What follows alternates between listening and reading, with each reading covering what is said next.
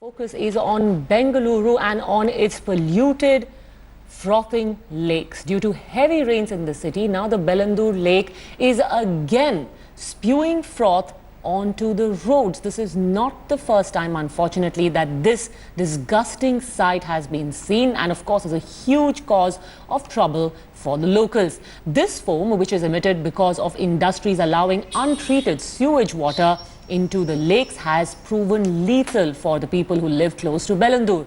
This after India Today's extensive reportage on the polluted lake led to the National Green Tribunal acting. The NGT had pulled up the Karnataka Pollution Control Board in the matter, directing the board to ensure that all industries set up effluent treatment plants. It also said industries which didn't comply will have their water and electricity disconnected. But unfortunately, the compliance has not happened. Just take one look at those visuals and imagine if your house was just a few meters away from this stinking, frothing mess. This is what people living in Bellandur have to put up with.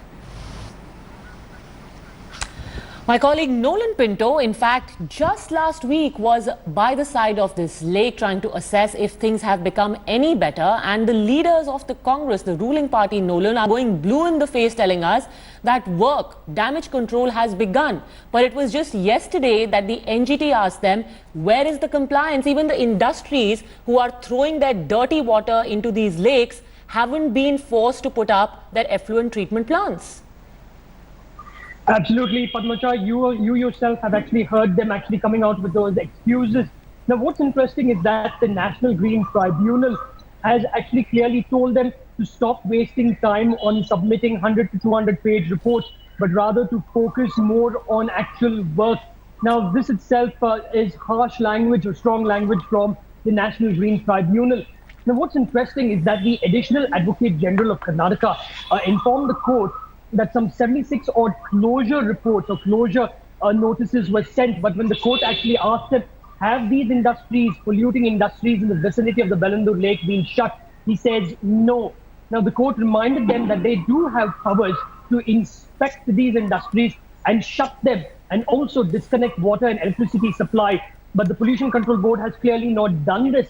The court has also told them that all the apartments, complexes in the vicinity of the Bellandur lake.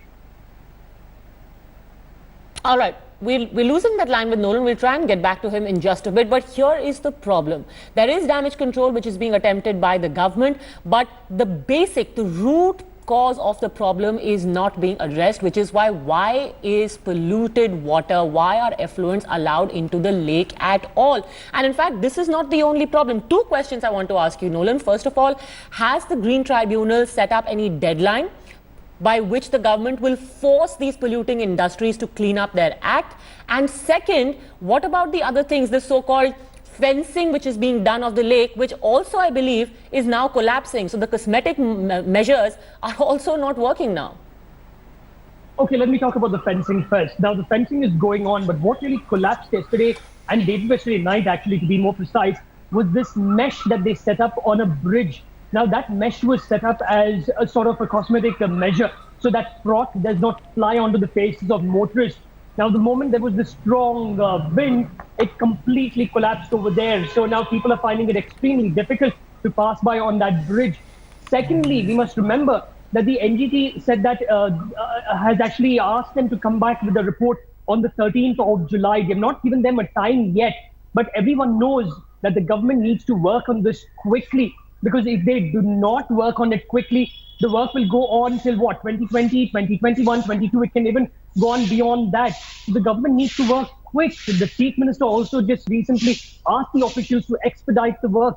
But with the NGT clearly not happy with the type of work being done over here, and also with the government actually cheating the NGT, saying that they are doing work, one really wonders what really is happening over there. Is proper work being done in the first place? All right. Thanks very much, Nolan, for joining us on that story. People in that area clearly do not have patience for this kind of waffling by the government. Cosmetic measures, I think it's quite apparent from these pictures, are simply not working anymore.